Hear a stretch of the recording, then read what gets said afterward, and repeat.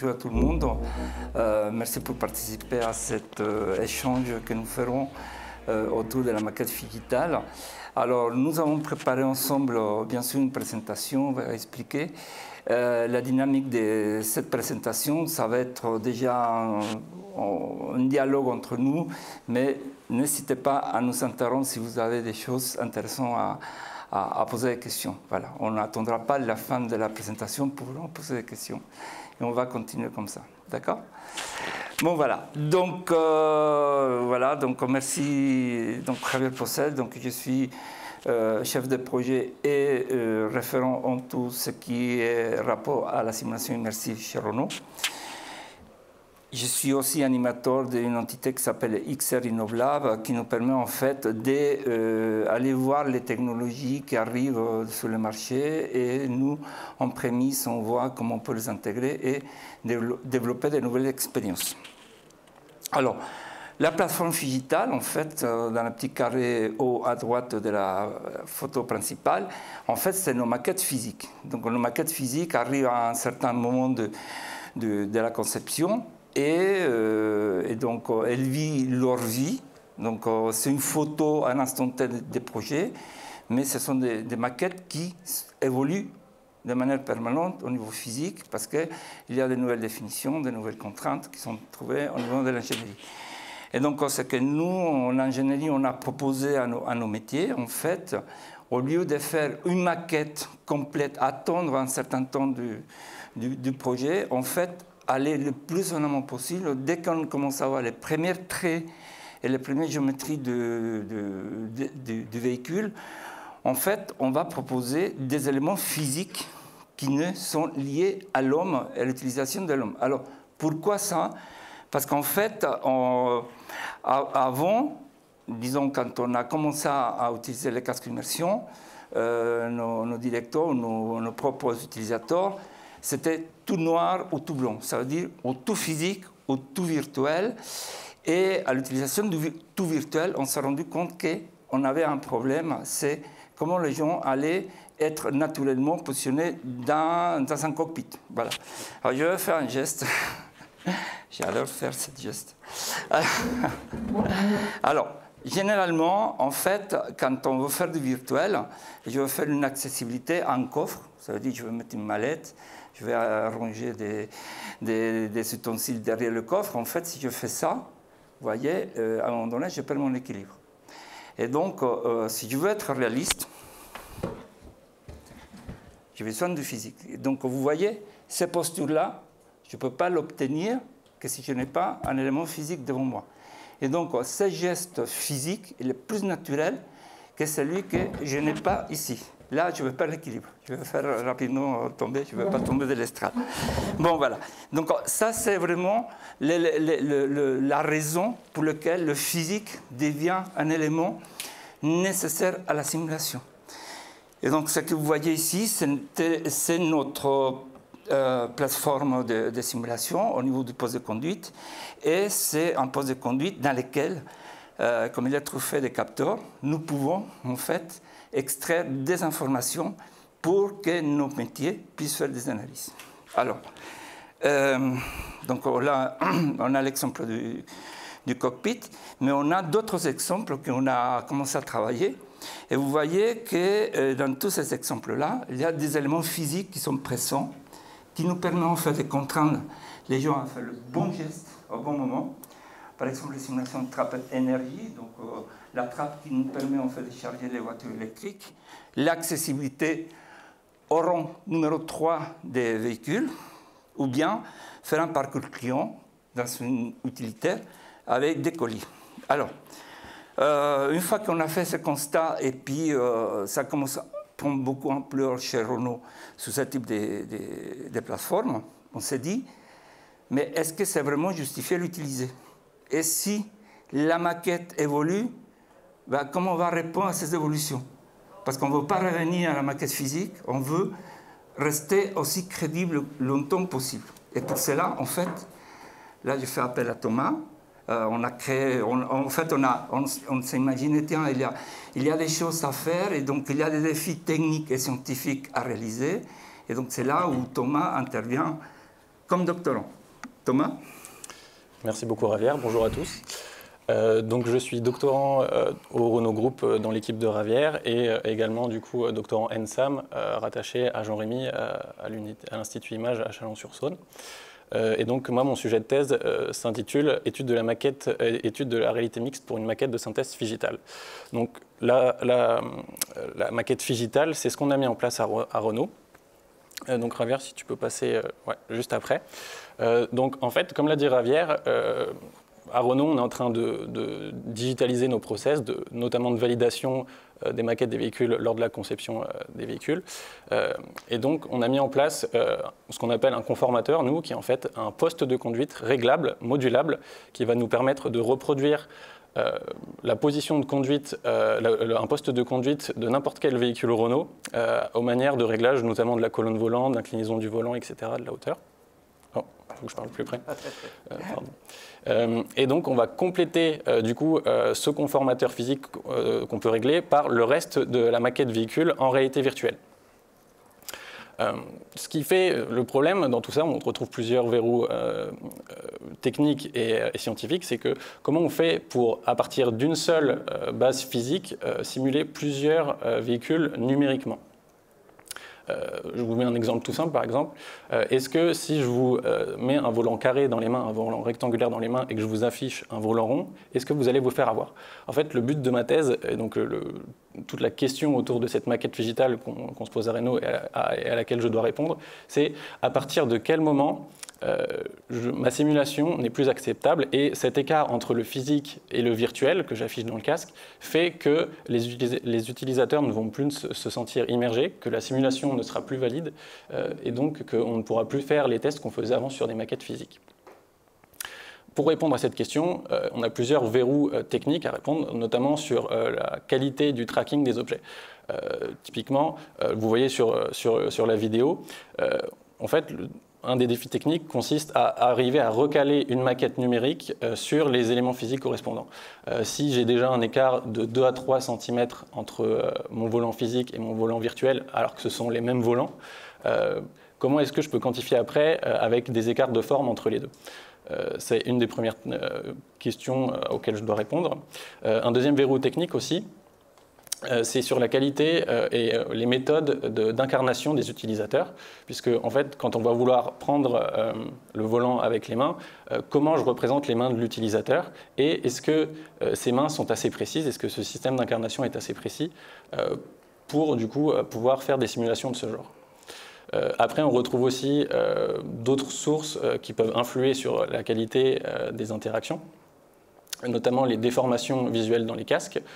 On sait tous que les lentilles des casques peuvent déformer, enfin déforment l'image qui est affichée. Et on peut se retrouver avec du coup une différence entre notre modèle numérique, notre CO classique, et la perception qu'on va avoir dans une simulation. C'est une des questions auxquelles je suis en train de répondre, où j'ai monté une manipulation. Comme une caractérisation d'un écran classique, on va caractériser l'affichage des casques en affichant un damier dans le casque et en le comparant à un damier de référence. Et on s'est rendu compte à Renault que sur les bords des lentilles des casques d'immersion, on se retrouvait avec des décalages de 2 à 3 degrés et donc des champs de vision, par exemple des véhicules, qui étaient du coup pas corrects, pas affichés correctement dans un casque. Et donc ce genre de technologies font que du coup ça bloque la simulation sur ce verrou technique. Et après, on a du coup d'autres verrous scientifiques qui sont associés à la problématique du digital et de l'utilisation de la réalité mixte, comme par exemple la perception des distances, des échelles. Et pour ça, je vais passer la main à Jean-Rémy qui va mieux les expliquer que moi. Ok, donc bonjour à tous, Jean-Rémy Chardonnay, donc je suis professeur aux arts et métiers à l'Institut de Chalon-sur-Saône. Et donc, comme l'a dit Thomas, je dirige sa thèse avec Ravière. La collaboration avec Renault, c'est une collaboration qui est de longue date maintenant, parce qu'on a travaillé beaucoup sur ces problématiques justement de perception, de ressenti, de toucher, des problématiques qui sont cruciales en réalité virtuelle. La particularité, c'est que maintenant on rajoute le côté physique. Et ça, c'est un élément qui est important, parce que jusqu'à maintenant, on a beaucoup travaillé en purement virtuel. Et donc parmi les problématiques scientifiques, parce que c'est toujours bien de prendre un peu de perspective par rapport à ce qu'on fait d'un point de vue technique, et je pense que quand même quand on est un industriel, c'est important aussi de prendre du recul parfois sur les choses, avant de se poser sur des problématiques scientifiques. Typiquement, la problématique de la perception des échelles, des distances, c'est une problématique qui est connue dans la réalité virtuelle depuis très longtemps.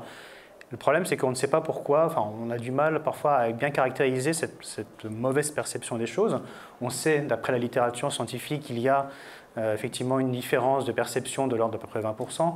C'est-à-dire qu'on perçoit les objets plus petits qu'ils ne le sont réellement, alors que pourtant ils sont affichés exactement à la bonne échelle. Si on prend 1 mètre, on verra qu'effectivement, c'est 1 mètre fait 1 mètre, il n'y a pas de problème. Mais on n'arrive pas à trouver des solutions, à comprendre pourquoi, et à trouver des solutions qui vont bien. Moi, souvent, je dis, entre guillemets, qu'on met des rustines souvent pour essayer de pallier à ce défaut-là.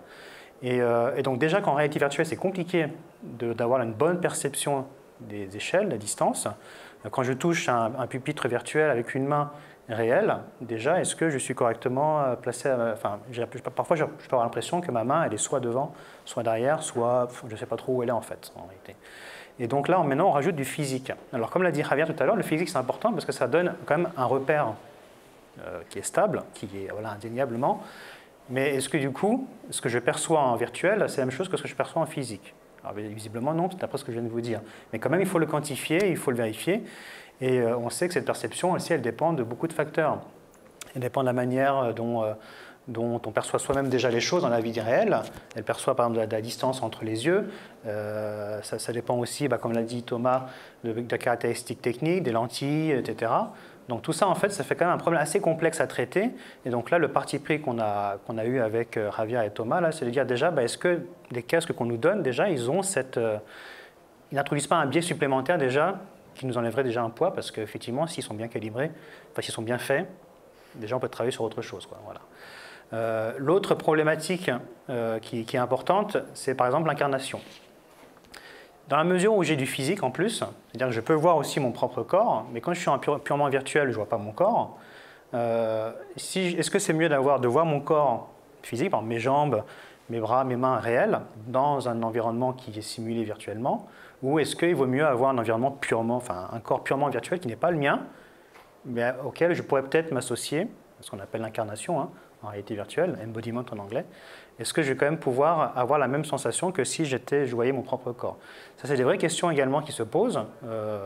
On arrive à donner ce sentiment-là d'incarnation, même avec des corps. Par exemple, il y a des gens qui s'amusent quand on est un homme, par exemple, on les met dans un corps de femme. Et puis on regarde comment ils réagissent. Et on voit que c'est assez intéressant, parce qu'assez rapidement, en fait, les gens font la translation de dire, même si je suis un homme, parce que je suis habillé en femme ou parce que j'ai un corps de femme, je peux tout de suite m'imaginer à un moment donné que en fait, je suis une femme virtuellement. Donc on arrive à tromper le cerveau comme ça. Donc il y a quand même des questions qui se posent là-dessus, parce qu'évidemment, on a chacun une morphologie différente. En plus, dans le cadre de la conception d'un véhicule, on a notre manière de nous installer dans un véhicule, on a la distance avec les genoux, etc., par rapport au cockpit et autres. Tout ça, ça compte. Et donc finalement, on n'a pas la même géométrie virtuelle que la géométrie physique de notre corps. Ça peut poser problème. Donc c'est aussi de voir dans quelle mesure, finalement, est-ce qu'il vaut mieux avoir son propre corps, une représentation en nuage de points, une représentation purement fil de fer, une représentation autre. C'est des questions que Thomas se pose également dans sa thèse. Et ce n'est pas juste des questions techniques, c'est vraiment des questions scientifiques de fond. Il y a la problématique de l'interaction. Tout à l'heure, Thomas a dit jusqu'à quel moment, en fait, la simulation elle reste valable par rapport au physique. Parce qu'à un moment donné, forcément, comme la simulation, le modèle virtuel, il est mis à jour régulièrement. À un moment donné, forcément, le modèle virtuel ne sera plus le même que celui physique. C'est logique. En plus, c'est un conformateur, ça veut dire que c'est quelque chose qui est, commun à peu près à plein de choses, plein de modèles différents. Donc, à un moment donné, forcément, quand on va toucher un endroit, virtuellement, peut-être qu'on va se dire que c'est bon, mais physiquement, en fait, non, parce que physiquement, en fait, la maquette, elle est ailleurs, Et donc, c'est aussi de dire comment est-ce que je fais le lien de manière à ce que, même si je ne suis pas exactement pile au même endroit, j'arrive quand même toujours à me projeter dans la maquette virtuelle, alors que ma maquette physique, elle n'est pas bonne. Enfin, elle ne correspond pas, elle n'est pas à jour par rapport à la maquette virtuelle. Donc, c'est aussi des questions que l'on se pose par rapport à cela, parce qu'en virtuel, entre guillemets, on peut mettre tout ce qu'on veut. On peut mettre du retour d'effort, on peut mettre des vibreurs, on peut mettre machin. Ce n'est pas un problème, parce que partout où on touchera, de toute façon, ça vibrera sans problème. Mais avec du physique qui est tangible, du coup, ça pose d'autres questions. J'ai mis également le cybermalaise. Alors, le cybermalaise, c'est quelque chose qui est assez courant en réalité virtuelle. Quand on est pleinement immergé en réalité virtuelle, hein, souvent les gens qui mettent des casques, qui tombent malades au bout de quelques minutes, voire quelques secondes. Ça peut arriver aussi très rapidement, hein, qu'ils tombent malades. On a moins ce problème-là ici parce que déjà, on ne bouge pas. Généralement, le cybermalaise, c'est parce que quand on bouge dans un environnement virtuel, en fait, on a une différence entre ce que l'on perçoit de l'oreille interne, typiquement, et ce que l'on voit de la scène, c'est-à-dire le mouvement de la scène qu'on voit. Ici, comme on ne bouge pas, on n'a pas ce problème-là, mais ça peut être intéressant quand même de regarder, à un moment donné, est-ce que finalement, ce décalage perception qu'on peut avoir entre le réel et le virtuel ne peut pas induire quand même un certain mal-être de temps en temps. Ça, c'est quand même des questions pour le moment pour lesquelles on n'a pas de réponse, et donc ça ne sera pas forcément traité dans la thèse de Thomas, mais ça peut être un sujet qui peut être intéressant de regarder. Et donc, tout ça pour dire quoi? Pour dire qu'en fait, quand on regarde un petit peu tout cela, si vous faites bien attention, on parle toujours de la perception, etc., du toucher, on parle toujours de l'humain, de celui qui est en train d'essayer, qui a son casque, etc. Et donc à un moment donné, il faut se dire que tout ce qu'on fait en réalité virtuelle, c'est parce qu'il y a un humain derrière. Sinon, on ne ferait pas, on n'utiliserait pas la réalité virtuelle, ce n'est pas la peine. On prend une machine qui fait la simulation tout seul et ça marche très bien. Mais le fait qu'il y a un humain, ça change un peu les choses. Et ce qu'on observe souvent, c'est que les gens qui développent des systèmes de réalité virtuelle, ils le développent de manière... En fait, j'ai envie de dire, c'est un peu comme un architecte qui fait une maison. Si ce n'est pas lui qui habite la maison, on se rend compte qu'en fait, la maison n'est pas fonctionnelle, il y a toujours un problème, machin, ça a été mal conçu, etc. Je prends aussi l'exemple du clavier et de la souris. Celui qui a inventé ça, vous mettez une mamie devant qui n'a jamais vu ce que c'est qu'un clavier et une souris, elle ne va pas comprendre comment ça marche, etc. C'est un petit peu la même chose avec la réalité virtuelle, la XR en général, c'est que souvent, c'est des outils qui sont développés par des informaticiens pour les informaticiens. Mais quand on n'est pas informaticien, quand on n'est pas expert de la réalité virtuelle, ce n'est pas forcément les outils qui sont évidents à utiliser. Et donc c'est toujours bien de prendre en compte quand même l'utilisateur à un moment donné. C'est des choses qui commencent à apparaître. Dans la littérature scientifique, on voit de plus en plus de gens qui s'intéressent à dire en fait, ouais, dans la XR, il y a quand même l'humain à un moment donné. Il faut un jour le remettre un peu au centre du processus. Et donc c'est pour ça qu'on parle de plus en plus de XR centré humain, ce qui pour moi est un petit peu un pléonasme parce que normalement par définition la réalité virtuelle est quand même centrée sur l'humain, mais ça n'a jamais vraiment été le cas. Donc, jusqu'à maintenant. C'est pour ça que j'appelle toujours des rustines, des machins, un truc comme ça, parce que c'est finalement, on essaye de pallier un manque ou quoi que ce soit, mais on ne s'est vraiment jamais intéressé finalement, ah oui, l'utilisateur derrière tout ça, il est quand même là, quoi. Donc c'est pour ça, là, je parle effectivement d'XR centré humain, centré sur les usages, et Florian en parlera beaucoup mieux que moi de cela, ce qui pose quand même d'autres questions, et ce qui fait changer aussi un petit peu la manière de voir la XR. C'est-à-dire que la XR, c'est plus juste un outil comme ça, informatique, qui est joli, qui est drôle, etc., mais c'est vraiment un outil au service de l'humain, pour augmenter l'humain, pour améliorer ses performances. Du coup, je vais laisser Florian un petit peu, ou tu peux donner le micro là, expliquer un petit peu ce qu'il fait aussi par rapport à tout ça. Donc, je suis Florian Larouche, je suis responsable de l'unité système centré sur l'humain au CATI. Alors le CATI, je vais présenter un petit peu le CATI, c'est un positionnement qui est un peu particulier. C'est le Centre Aquitain des technologies de l'information électronique. C'est un centre de transfert de technologie. En fait, les centres de transfert de technologie, leur mission, en gros, je simplifie le discours, mais c'est de faire le pont entre les entreprises et les laboratoires. En gros, l'idée, c'est de prendre les méthodologies et les technologies qui sont issues des laboratoires et les amener à maturité industrielle pour que les entreprises puissent bénéficier en fait, des innovations. Très rapidement, on a 3 équipes. Une équipe qui s'occupe de l'électronique, une équipe qui s'occupe de l'algorithme et des données, et une équipe qui est spécialisée dans l'intégration de l'humain avec les nouvelles technologies. On est une 50aine aujourd'hui, et on est des ingénieurs et des docteurs en fait, qui conçoivent et qui aident les entreprises à mieux concevoir les technologies avec un recul et technique et usage. Alors si on se centre un petit peu sur la thématique de la discussion aujourd'hui, je me centre juste sur la VR, mais nous, quand on accompagne les entreprises, ce qu'on s'aperçoit, c'est qu'il y a quand même, ce que vous disiez tous, en fait, c'est qu'il y a besoin de bien comprendre comment l'humain fonctionne et comment il interagit avec le système. Il y a plein de propriétés cognitives, motrices, physiologiques qu'il faut savoir prendre en compte pour mieux concevoir ce type de technologie. Et puis, il y a quelque chose qu'on s'aperçoit, c'est que souvent, on pousse la technologie sans comprendre ce qu'elle va apporter. Et c'est un peu... c'est un peu contre-productif parce qu'en fait, on s'aperçoit souvent à la fin, quand on a conçu notre système, qu'en fait, le système n'est pas adapté à l'utilisateur final. Et donc, on a investi du temps et de l'argent sur des choses qui sont ensuite difficiles à modifier. C'est ce que j'explique là, c'est la version techno-push, on pousse la technologie alors qu'il y a d'autres méthodes qui permettent en fait de prendre en compte l'humain dans la boucle de conception très en amont. Voilà, l'idée de la conception centrée utilisateur, en fait, c'est d'arriver à intégrer l'humain au cours de la conception, de faire des tests, d'arrêter de faire des usines à gaz qui ne servent à rien, mais de se centrer sur les besoins finaux des utilisateurs. Ce qu'on remarque aussi en VR, en fait, c'est qu'il y a besoin de nombreuses compétences. C'est-à-dire que vous avez besoin de compétences en informatique, de développement 3D, modeleur 3D. Il faut connaître aussi le fonctionnement de l'humain, donc de la physiologie, de la cognition, de l'interaction de machines. Quand on parle de formation, il y a toute une partie maintenant pédagogie numérique qu'il faut maîtriser. Et ce qu'on s'aperçoit, c'est que aujourd'hui, pour une entreprise, c'est difficile en fait de capitaliser, d'avoir toutes ces connaissances et de concevoir en connaissance de cause. Et donc, ce qu'on voit, c'est qu'aujourd'hui, il y a encore besoin de standardiser des méthodes d'évaluation pour que les entreprises puissent mieux concevoir des systèmes de réalité virtuelle. Et puis, changer un petit peu la mentalité sur la façon dont on va concevoir en recentrant la conception sur les besoins et pas forcément sur la technologie. Je peux donner un exemple très précis. On a accompagné une boîte qui développe des algorithmes d'intelligence artificielle, je ne dirais pas qui, bonne réponse à 80% de l'IA, on fait des tests utilisateurs.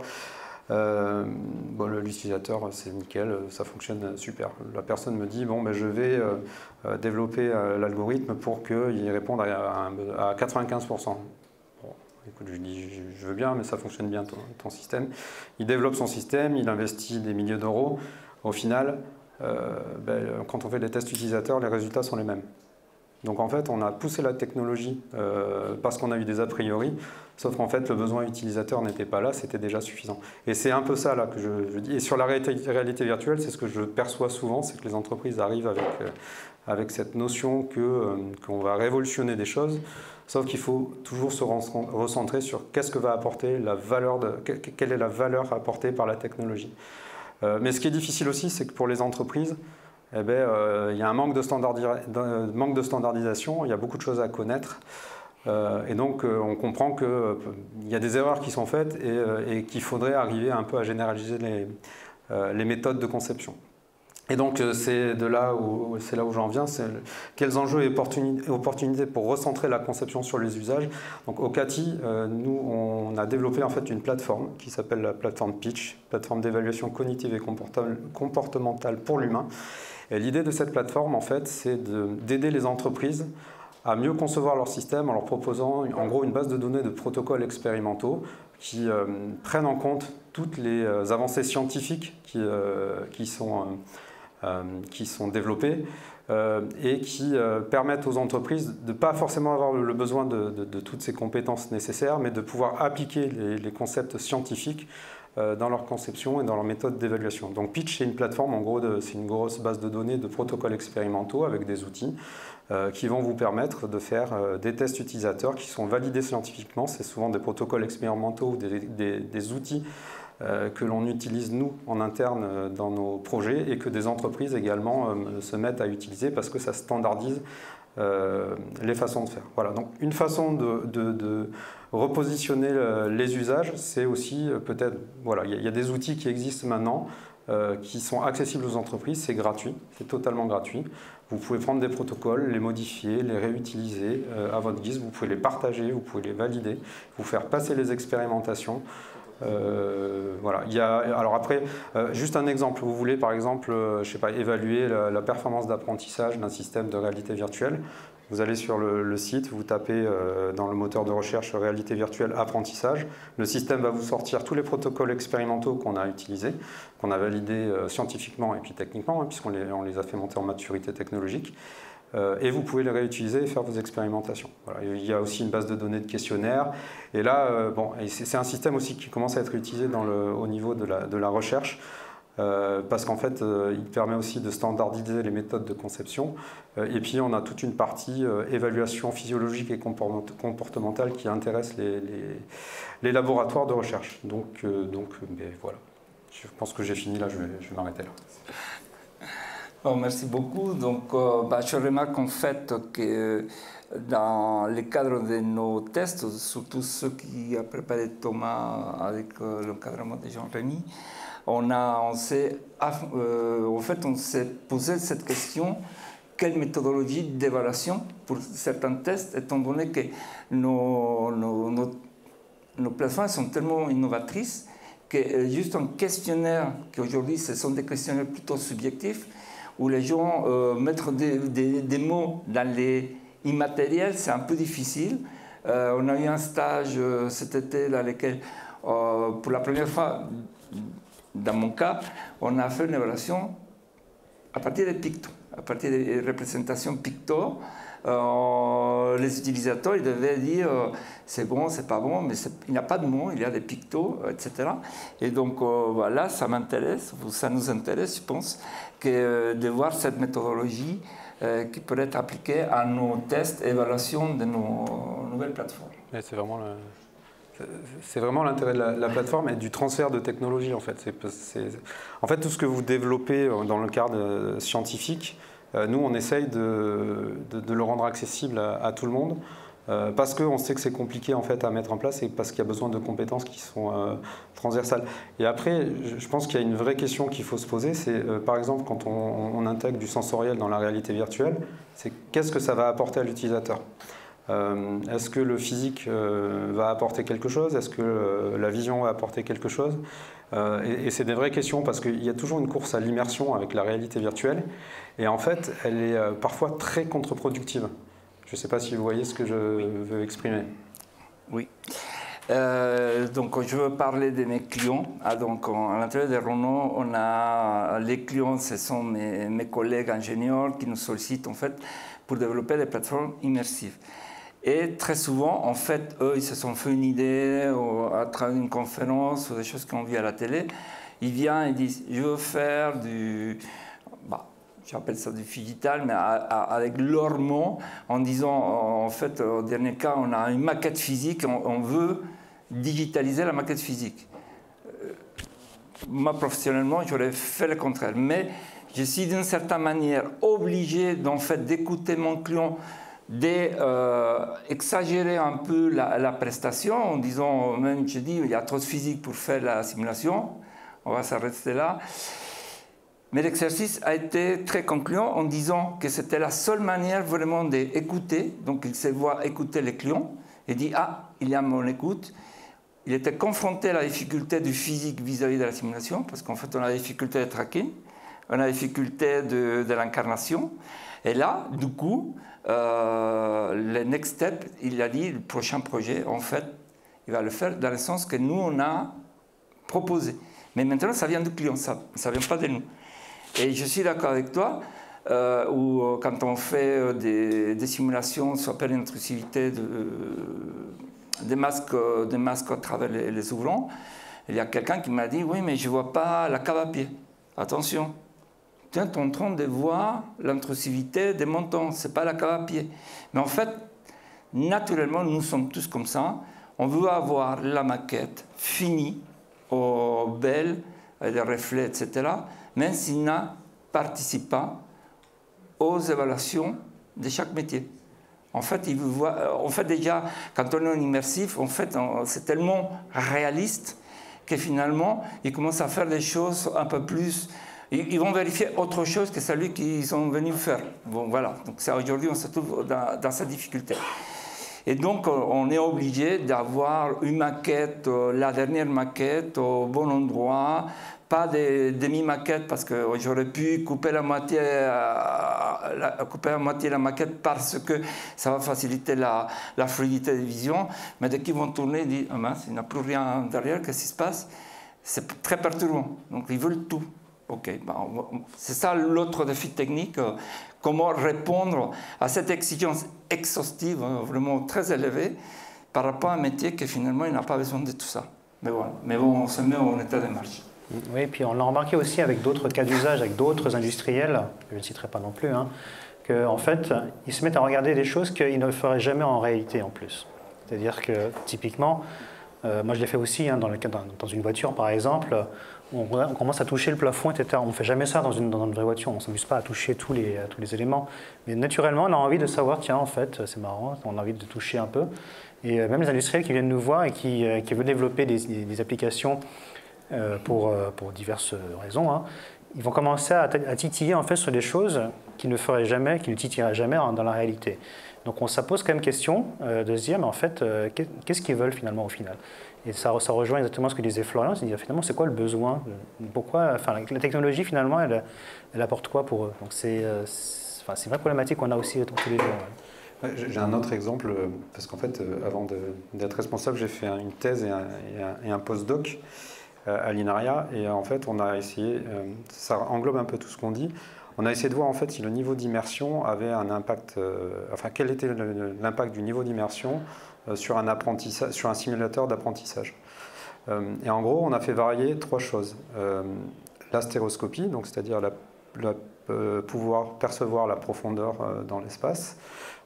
Donc une expérimentation avec stéroscopie, sans stéroscopie. Le déplacement, c'est-à-dire traquer le mouvement du corps dans l'environnement, avec et sans. Et la taille de l'écran. On a fait varier 3 tailles d'écran, donc un cave. Le cave, c'est avec les 3 écrans sur le côté. Un écran qui faisait 1,50 m de diamètre et un autre qui faisait 50 cm. Donc, si vous prenez le top, c'est le cave, la stéroscopie, j'ai oublié le dernier, et le mouvement. Okay, donc, c'est là où on est le plus immergé. Et les résultats, ça a été... alors déjà, une difficulté, c'est d'évaluer les performances. Comment on évalue la performance de ces systèmes-là. Donc là, il y a des méthodes scientifiques qui existent pour faire ça. Et les résultats, en fait, c'était pas de stéroscopie, un écran moyen et pas de tracking. Et donc là, ouais, mais en fait, ça dépend des cas d'usage. Oui. Et c'est là, je dis, attention, quand on développe ce type de système, on a des a priori sur la partie immersion. Et là, on s'est aperçu en fait que c'était contre-productif. Alors après, c'était hyper intéressant parce qu'en fait, le système de, je ne sais plus combien il coûtait, mais c'est peut-être 500 000 €. Et finalement, avec des systèmes à 5 ou 10 000 €, on arrive à des performances qui sont meilleures. Donc ça, je pense que c'est un truc qu'il faut bien prendre en compte quand on va concevoir ce type de système. Merci. Je crois qu'il y a... Non, je crois qu'il y a une question. En fait, sur le besoin. Et dans le travail du besoin, il y a ce qu'arrive le client, il y a le besoin exprimé. Et derrière, il y a le besoin non exprimé.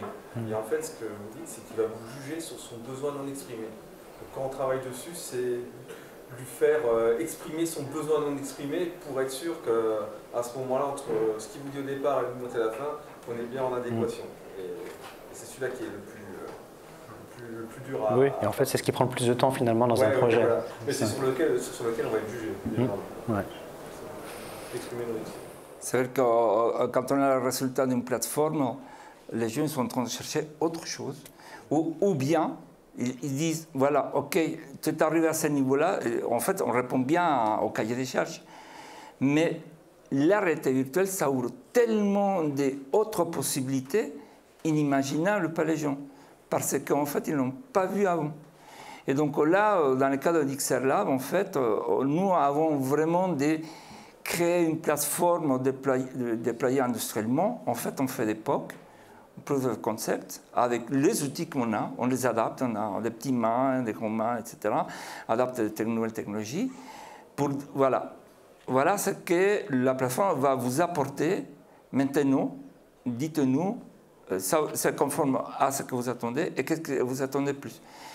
Et s'il y a le petit plus ou le grand plus, donc on continue à travailler sur le POC, jusqu'à vraiment arriver au niveau. Et à ce niveau-là, après, il accepte, il rentre cette plateforme au niveau de l'étude de la voiture, il rentre dans le cycle. En fait, il devient une plateforme officielle de validation dans le cycle de conception de la voiture. Voilà. Une autre réaction? Non, j'allais dire, on voit des choses sur l'ergonomie de véhicules. Est-ce que vous avez commencé à travailler, je sais pas, sur des postes de production, sur d'autres types d'approches? Ah, alors nous, en fait, on est dans l'ingénierie très liée aux produits. Par contre, nous, on a beaucoup d'échanges avec nos collègues du manufacturing. Par exemple, le geste que je fais tout à l'heure, là, je parlais d'agencer le coffre arrière. Mais en fait, finalement, quelqu'un qui va faire un câblage dans son moteur, il est dans la même posture. Et donc, je communique beaucoup à mes collègues de manufacturing parce que finalement, sans regarder le contexte d'utilisation ou les use cases, en fait, on est au niveau fonctionnel. Qu'est-ce que c'est fonctionnel? Ça veut dire que je suis dans une posture d'équilibre avec un élément physique coincé entre les jambes. Voilà, c'est une façon en fait de travailler. Je ne travaille pas à leur use case, donc nous on échange au niveau de technologie et d'expérience. Je parlais tout à l'heure avec nos collègues sur le backpack, où je voulais utiliser la même chose parce qu'ils font lever ce fameux câble qu'on est relié au PC. Et eux, ils déploient ces outils technologiques. Et il y a des briques en fait qui m'intéressent, que je prends. Et ce que je n'ai pas dit aussi, c'est que dans les défis techniques et scientifiques, on veut avoir un tracking du corps et une reconstitution du corps non intrusif. Ça veut dire que des capteurs qui sont... on va vous habiller avec des petits billes ou des petits capteurs, c'est exclu parce qu'on veut vraiment avoir nos mains au contact du volant, nos mains au contact des interfaces et pas des gants qui, à la limite, ils vont contraindre. En fait, on ne va pas avoir les mêmes gestes, on va être avec un poids, etc. Voilà. Et donc, nous, on a pris l'option, quand il y a du physique, il faut l'y mettre. Et le vrai physique. Ou des éléments frités, voilà, pour avoir le bon geste. Et vous utilisez un petit peu de prototypage rapide ou des choses comme ça? Tout à fait. Alors ça, c'est des voies qu'on continue à construire. Dans les passages, je ne sais pas si vous avez vu déjà l'année dernière, l'Hobibot, le robot en fait, du toucher virtuel, qui nous permet en fait de toucher le physique, en fait les matériaux. Bah, finalement, c'est en partie ça qui nous a inspiré en fait, de continuer à travailler sur le sujet. Et on voit des opportunités, donc là c'est le futur en fait. On frite maintenant des objets, on les met au bout des robots. Thomas il a déjà fait l'exercice déjà plusieurs fois, dans lesquels en fait la robotique nous offre la flexibilité de juste friter la pièce, la mettre au bout du robot, donner l'ordre de positionnement et le robot vient la positionner, sans construire tout le mécanisme et le support derrière. Et là, on enlève la pièce, on a notre pièce qu'on veut digitaliser, ben on la met juste là. Voilà, c'est ça le futur de notre plateforme. Voilà, on commence à travailler, on travaille avec Clarté, on a ouvert un travail avec UPMC, Université Pierre et Marie Curie, pour travailler tous ces facteurs de robotique autour du digital. Voilà. On peut imaginer d'avoir plusieurs robots qui permettraient éventuellement de... Oui, c'est le but. C'est le but à moyen terme. Et j'ajouterais aussi un autre exemple de prototypage rapide et en plus recentré autour de l'humain. On est en train d'essayer d'implémenter un projet. En fait, j'ai parlé tout à l'heure de déformation des casques, de la vision des casques liés aux lentilles. On essaie aussi dans nos mesures, que ce soit sur la caractérisation par exemple du body tracking ou justement cette mesure de déformation des lentilles, de toujours remettre l'humain au centre. En fait, quand une personne met un casque sur les yeux, elle ne va pas le mettre de la même manière qu'une autre personne. Ça, c'est par rapport à nos caractéristiques morphologiques, à notre expérience, etc. Par exemple, entre moi et Javier, j'ai le nez un peu plus long, un peu plus sur le côté, et donc le casque ne va pas être positionné pareil. Les lentilles, du coup, ne vont pas être positionnées de la même manière par rapport à mes yeux, et donc les corrections des déformations ne vont pas être appliquées de la même manière, et on n'aura pas une même vision. Du coup, ce qu'on a fait, c'est on est en train de développer et de mettre en place une plateforme de caractérisation des casques, relié du coup à un process après de prototypage rapide pour en fait caractériser les morphologies des personnes et pouvoir créer par exemple des masques en mousse adaptés à chaque personne qui du coup viendrait, avant de faire son expérience en réalité virtuelle, mettre un casque, un petit masque en mousse adapté à la morphologie de son visage pour que chaque personne du coup ait le même réglage et la même vision dans un casque. Ça c'est par exemple un exemple du prototypage rapide qu'on peut faire avec les moyens qu'on a à Renault. Juste une question pour la géolocalisation des mouvements et des membres. Est-ce que vous avez travaillé autre chose que mettre des capteurs, mais par exemple lidar, photogrammétrie, d'autres techniques de vision Oui, c'est ça. Oui, bah, beaucoup. Là, en ce moment, du coup, vu qu'on essaie on essaie de s'orienter sur de l'IA, du repérage de squelettes, etc. On veut surtout pas de tracking invasif. Exactement. On est plus. Vous voulez une marque, une techno? Bah, la Kinect, en fait. Ouais, tout ce qui est Kinect, Stereolabs, des choses comme ça. Exactement. Ouais. Non, on n'a pas trouvé de choses révolutionnaires. Aujourd'hui, on a bien vu, et c'est une ordre aussi, pas une ordre, une consigne des ergonomes produits, ce n'est pas le process, de ne pas équiper les gens. Et qu'ils viennent avec leurs chaussures, leurs pantalons, leurs vestes et ses mains à nu pour venir faire d'interaction. Déjà, le casque, pour eux, c'est une aberration. C'est pour ça que certains préfèrent le quai parce que c'est juste des petites lunettes, voilà. Mais dans le quai, on ne peut pas faire le digital. Voilà. Donc en fait, il faut trouver le compromis entre l'un et l'autre. Voilà. J'ajouterais, on a fait récemment, du coup, avec notre stagiaire de l'ENSAM du semestre dernier, on a fait une manip justement en VR où on comparait pour une application végétale, donc qui était juste de prendre une petite bouteille, de manipuler une bouteille, 3 moyens d'incarnation différents qui sont les plus référencés dans la littérature. Donc une représentation riggée, donc classique, avec une kinectasure qui vient rassocier un squelette, un meta-human. Une représentation nuage de points, donc avec une kinectasure pareil qui vient faire avec son lidar un nuage de points, une reconstitution. Et après, avec un Varjo XR3, une représentation incrustée, donc en réalité mixte. Ce qui en est sorti globalement, c'est que la réalité mixte met une raclée à toutes les autres, parce que du coup la personne se revoit exactement. Mais ce n'est pas une solution miracle, ça apporte d'autres verrous technologiques, notamment nous, pour les cockpits véhicules. On a un souci entre le point de vue en réalité mixte et le point de vue en réalité virtuelle. En fait, quand vous avez un casque, je reprends le Varjo puisque c'est celui qu'on utilise, le point de vue de réalité virtuelle de l'utilisateur, quand le casque est en mode réalité virtuelle, il est entre les deux yeux, à l'intérieur du casque. Alors que quand on passe en mode réalité mixte, le point de vue de l'utilisateur en réalité mixte passe à 5 cm devant, entre les deux caméras de réalité mixte sur le casque. Et donc, il y a une projection vers l'avant. C'est ça. Et donc, on a un changement du point de vue de l'utilisateur. Et par exemple, pour certains cas de validation, comme des visibilités compteurs derrière un volant, le masque change à cause de ce changement de point de vue. Donc, il n'y a pas de solution miracle pour l'instant, malheureusement. Et en réalité mixte, vous tendez vos mains et vous voyez que vos mains sont plus courtes que le normal. Voilà. Donc, c'est un exemple. Il n'y a pas de possibilité de régler c'est un jeu, quand on règle, moi j'appelle ça de la profondeur de la caméra vidéo, en fait la seule chose c'est qu'on déforme pour avoir l'impression que ça propulse. Mais je mets souvent un exemple, vous mettez vos 2 doigts, un qui cache l'autre, et vous mettez le casque, finalement vous allez voir l'autre doigt. Et même si vous faites des artifices vidéo, vous verrez toujours l'autre doigt. Ça ne va pas corriger la parallaxe en fait qui est produit par le fait qu'il est là. Il y a un autre mouvement, et ça je le mets aussi un exemple, quand vous faites ce qu'on appelle nous vision latérale, ça veut dire que vous avez 5 cm, donc vous voyez votre portière à gauche, une vue plongeante plus grande que ce que vous devez avoir, parce que vous êtes en réalité mixte.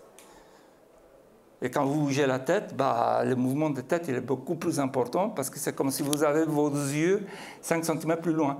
Et forcément, la vitesse tangentielle à 5 cm est plus importante que par rapport à ce que vous faites ici. Voilà.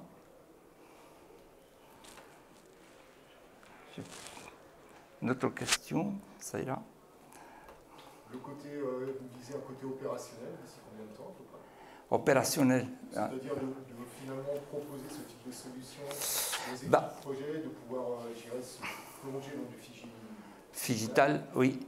Je dirais, dans le process à proprement parler de développement d'un produit. Alors c'est long dans le sens où il faut vraiment convaincre. Donc on fait en fait un POC qui est évolutif, qui va s'adapter à la demande du client.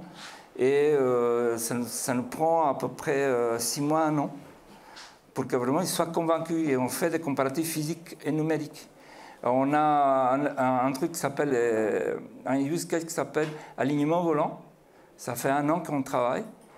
Alignement volant, c'est quand les gens subjectivement ils croient que le volant il est mal réglé, mais ils sont influencés par une géométrie ou un design du cockpit ou peut-être l'affichage.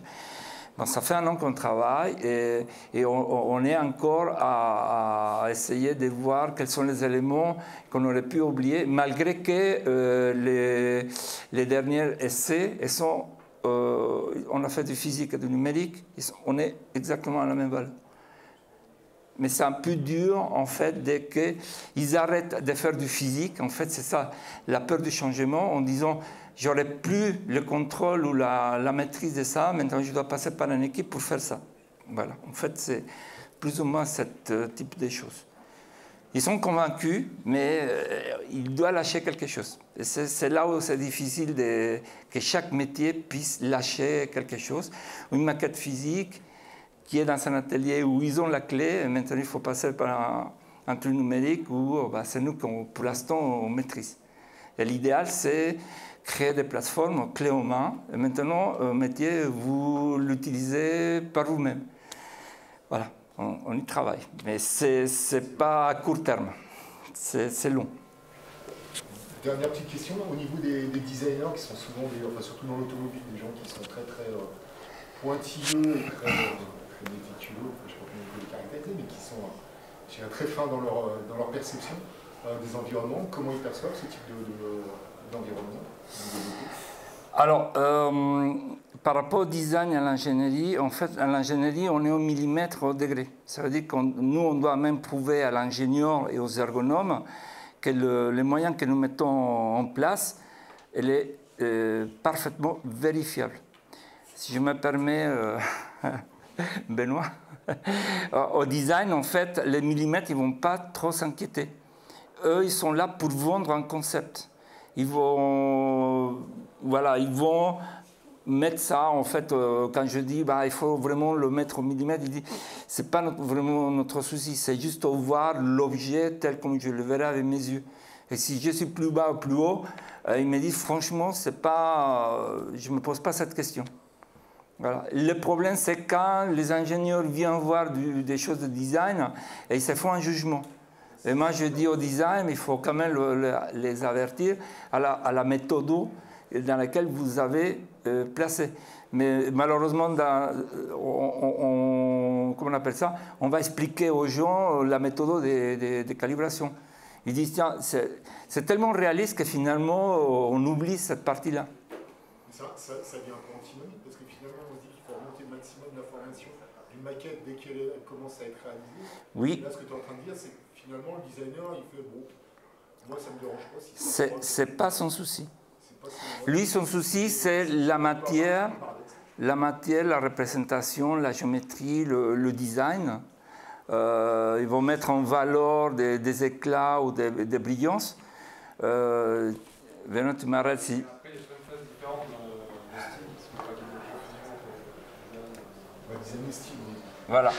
Mais... Il y a différents métiers, il y a des étapes pour les comparaisons et la mise en valeur d'un design pour une compétition de style. Et donc là, on a le droit de tricher aussi. Sur la mise en linéaire, après on a des évolutions, etc.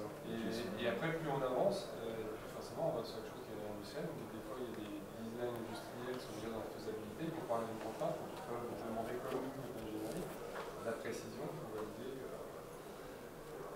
dans cette méthode. Parce que moi j'ai des souvenirs d'avoir vu des choses où vous aviez des modifications de fournisseurs, où on passe d'un matériau où on a 2-3 degrés de dépouille à quelque chose qui a 10 degrés de dépouille. ça change complètement le style quand même de pièce. Donc, je dirais, c'est designer, encore ce mot à dire. Enfin voilà, c'est quand même la vie finalement du modèle 3D je dirais, tout au long de sa création. Et nous, dans le souci de devenir encore plus précis, on est en train d'abandonner un peu ce support de réalité virtuelle fait pour les jeux vidéo, parce qu'il y a des délires, il n'est pas assez précis. Et je suis en train d'installer des systèmes ART pour être vraiment précis et sans dérive. Et le design, en fait, c'est pas pour l'instant, hein, peut-être on va arriver à converger les mêmes intérêts ensemble, mais pour l'instant, c'est pas le souci. Ils disent, voilà, en fait, eux, ils veulent avoir un truc rapide, représentatif, qui fait vendre leur concept, quitte à tricher un tout petit peu, incliner un peu plus la voiture, parce qu'elle fera plus visuellement sportif. Mais dans la réalité, elle fait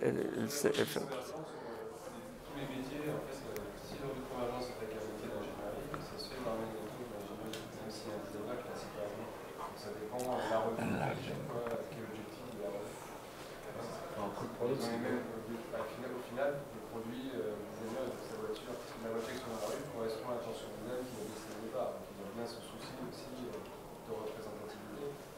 C'est juste la finesse qui est différente de la manière de la faire. J'ai des souvenirs justement entre ces maquettes de style et ces maquettes, maquettes qui deviennent un peu plus ingénierie. D'avoir vu des véhicules où leur tout, il y a un véhicule complètement explosé, les porte-à-faux complètement explosés. Alors c'est vrai que du coup le véhicule, il est chouette.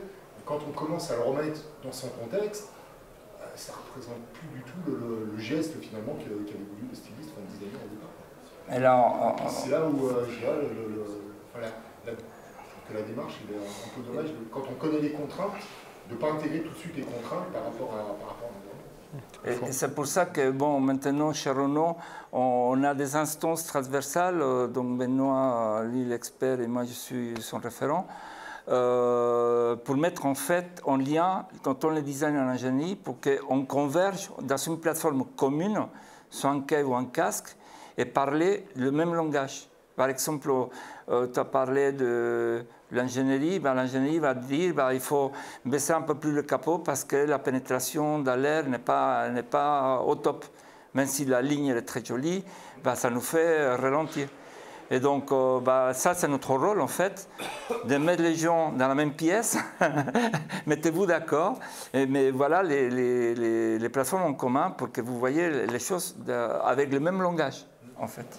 Il y a un mindset, concurrent japonais, ils font une voiture fonctionnelle et ensuite ils font un design par-dessus. Nous, on est là-dedans, on fait des belles voitures et après on essaie de faire entrer connectoirement, mais on fait bien aussi. C'est juste que la démarche est différente. Elle est différente. Bien. Oui, je pense. C'était très passionnant. Merci à tous. Merci.